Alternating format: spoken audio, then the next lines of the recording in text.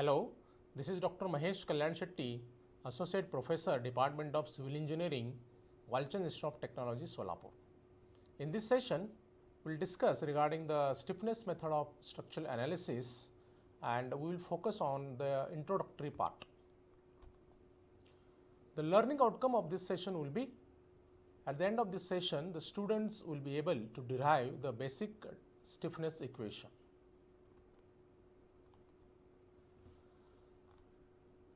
Now, the stiffness method of analysis is one of the displacement method of analysis. As we are aware that basically there are two approach of analysis of indeterminate structure. One is a force method of analysis and another is a displacement method of analysis. So, stiffness method is one of the displacement method of analysis. It is also called as equilibrium method since we write the equilibrium equation to get the unknowns. It is a matrix method of analysis that makes the use of members stiffness relations for computing the member forces and displacements in structures. In this method, additional restraints are added to fix all the degrees of freedom and the values of these restraints are calculated. So, first of all, we make the structure kinematically determinate, and the restraints are then removed to allow the deformations and restore the equilibrium. So, the resulting equilibrium equations are solved for the displacements and subsequently the force actions are determined by compiling into a single matrix equation. So, that we call it as stiffness equation. So, our objective is to derive this stiffness equation. The stiffness method is very much suitable for computer programming since we have a very unique process of the analysis as the choice of kinematic unknown is unique in this method. Let us understand this process and derive the stiffness equation. So, let us consider one typical beam, a continuous beam subjected to some random loading on the two spans. So, first of all, we need to calculate the degree of kinematic indeterminacy of the structure. So, for the given structure, the probable deform shape we need to assume, where it is very much clear that the rotation at B and rotation at C is possible. Therefore, dki will be 2, and considering the deform shape, we assume the rotation at B as say anti-clockwise and rotation at C as clockwise. So, then we have to apply the restraints. So, it means you have to remove all the kinematic unknowns and you have to make the structure kinematically determinate. Therefore, we remove all the kinematic unknown and we make the spans fixed so that the kinematic indeterminacy is 0. And after making this particular spans fixed, you have to find out the responses or the forces generated in the direction of the redundants. So, we have the redundant as theta b here. So, in the direction of theta b, we have these two moments. So, those two moments we shall determine, and this is called as ADL1. So, ADL means it is an action force in the direction of redundant in kinematically determinate structure.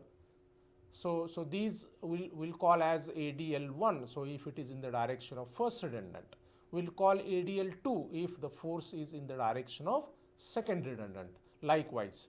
So, in the direction of the first redundant, we have the two forces basically. One is because of the left span and another is because of right span. Therefore, we call it as ADL1 left and ADL1 right.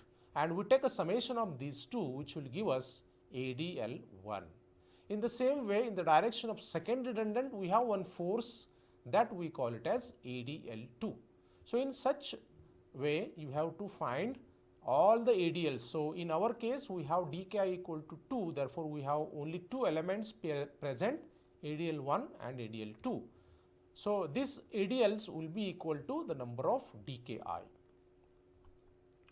Then, we shall find the stiffness matrix. For that, you have to determine the stiffness coefficients, and for getting the stiffness coefficients we have to apply the unit rotations in the direction of redundant one by one. So, in this problem we consider the two redundants, theta B and theta C. So let us go for the first action, apply unit rotation in the direction of theta B.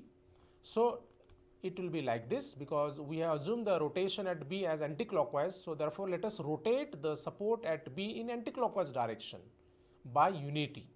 So if we do so, the moments will be produced at joint B. So at B you can see the moment is produced and the rotation is given in anticlockwise direction. So as far as the right span is considered, there also rotation is given in anticlockwise direction. Now to cause this rotation, to create this rotation, we need to apply the moment, and that moment will be equal to the stiffness of the member. So the stiffness of the beam, the rotational stiffness of the beam is always equal to 4EI by L. So 4EI by L we use here, and for the right span BC also the stiffness is 4EI by L. So these two forces are in the direction of the first redundant, therefore these coefficients are called as S11. One stands for the direction of redundant and another one at the second place stands for the action. So this is the first action. So we get a left component and right component, and the summation will give me S11. And in the direction of second redundant also there is one coefficient present, and that we call it as S21, because it is in the direction of second redundant due to first action. So in this way you have to find S11 and S21 coefficients, which will give you the first column of the matrix, stiffness matrix. So after the completion of the first action, now we shall go for the second action, where we have to apply the rotation in the direction of theta C. Now the theta C we assumed clockwise, therefore let us rotate the support at C in clockwise direction. So if it is done, then the moments are produced here. So S22, so S22 means it's a coefficient in the direction of second redundant due to second action now, and the rotation is developed here in the clockwise direction. So to cause that rotation we have to apply the moment 4EI by L, and the carryover takes place on the opposite side, that will be 2EI by L, and that coefficient we call it as S12. It means the coefficient in the direction of first redundant due to second action. So in this way the two coefficients are obtained in the second action.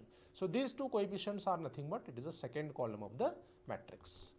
After getting this, we need to go for the equilibrium equation. So before we go for equilibrium equation, let us go for this review question. So stiffness method is one of the four options are given.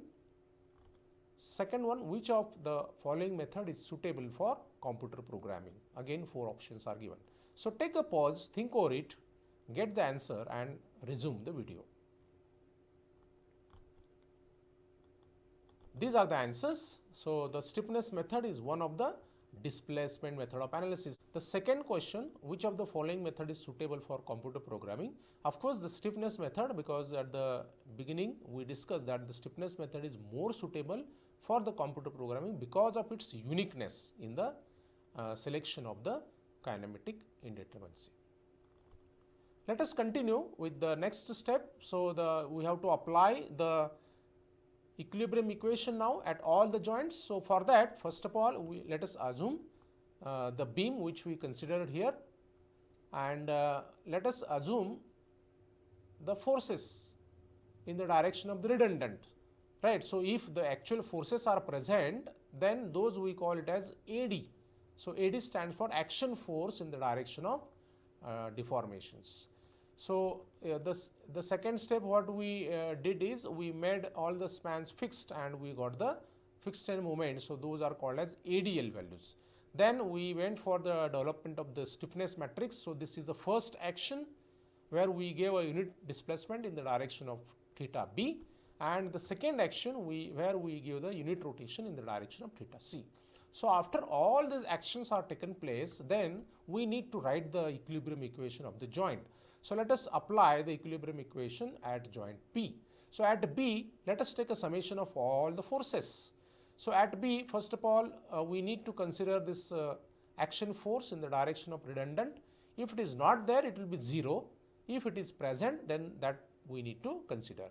So AD1 will be equal to, this particular action force will be equal to summation of all these moments which are present at D, which is nothing but ADL1, so which is a summation of these two, then which is equal plus S11L and S11R. So S11L is because of the unit rotation actually here, but actually the rotation at B is taking place.